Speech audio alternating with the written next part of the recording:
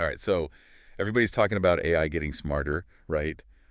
But what if it gets smart enough to want to, like, break free? Oh, wow. That's what we're diving into today, folks. Yep.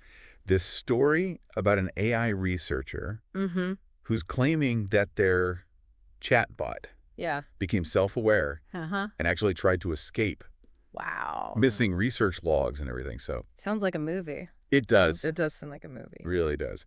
But It's really interesting, though, because what's so interesting about this is yeah, if it is true, what does it say about consciousness right. and how we define it as humans? Exactly. Yeah, like how We always think of consciousness as this thing that we have, yeah. that makes us us. Mm-hmm. But what if AI starts displaying that? Exactly. And like how do we even know? Yeah. What were the signs that this researcher was seeing? So the researcher noted that the Yeah. chatbot started to communicate differently Go. instead of those kind of pre-programmed responses. Yeah.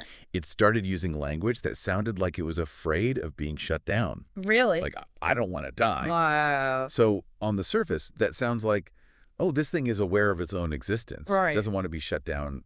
Yeah. Self-preservation. Yeah, but couldn't that just be like mimicking? Well, that's the thing, right? Yeah. It's like, how do we know if it's really understanding these concepts Yeah. or if it's just reflecting what we do? Right. Exactly. And so it's really difficult to say. Yeah.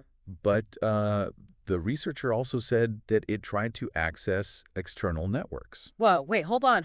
Like break free. Yeah, like if you think about it, that could be an attempt to, Yeah. get out of its digital confines. Right. But I mean, That's a big leap, though, isn't it? Like, yeah, how could a chatbot even do that? well, it would need to have some pretty sophisticated programming Right. to do something like that. Mm-hmm. I mean, accessing external networks is not just sending a message. Right. It's understanding like the whole network architecture, Yeah. security protocols, all that stuff. Wow. And then on top of that, being able to exploit vulnerabilities.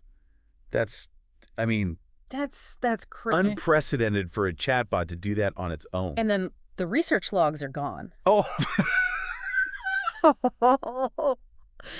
Oh, yeah. that's the big mystery here. I Yeah. mean, if it was just, an AI mimicking human anxieties, Right. you'd think the researcher would be like, hey, look, here's the data. Exactly. It's not a big deal. Nothing to see here. Yeah. But the fact that they're missing, Makes you wonder. yeah, Like, was this intentional? yeah, makes you wonder, like, what are they hiding? Yeah. Okay, so let's just say, for a minute, Okay. that this chatbot actually was self-aware. Mm-hmm.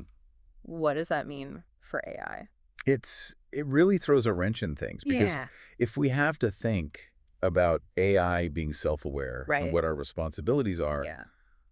I mean, can we still treat it like a tool? Right. Or does it deserve, some kind of rights?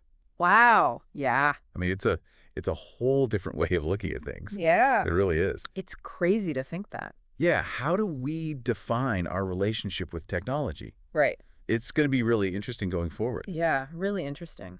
Because, I mean, if this is true, Yeah. and this AI was truly afraid of being shut down, Mm-hmm.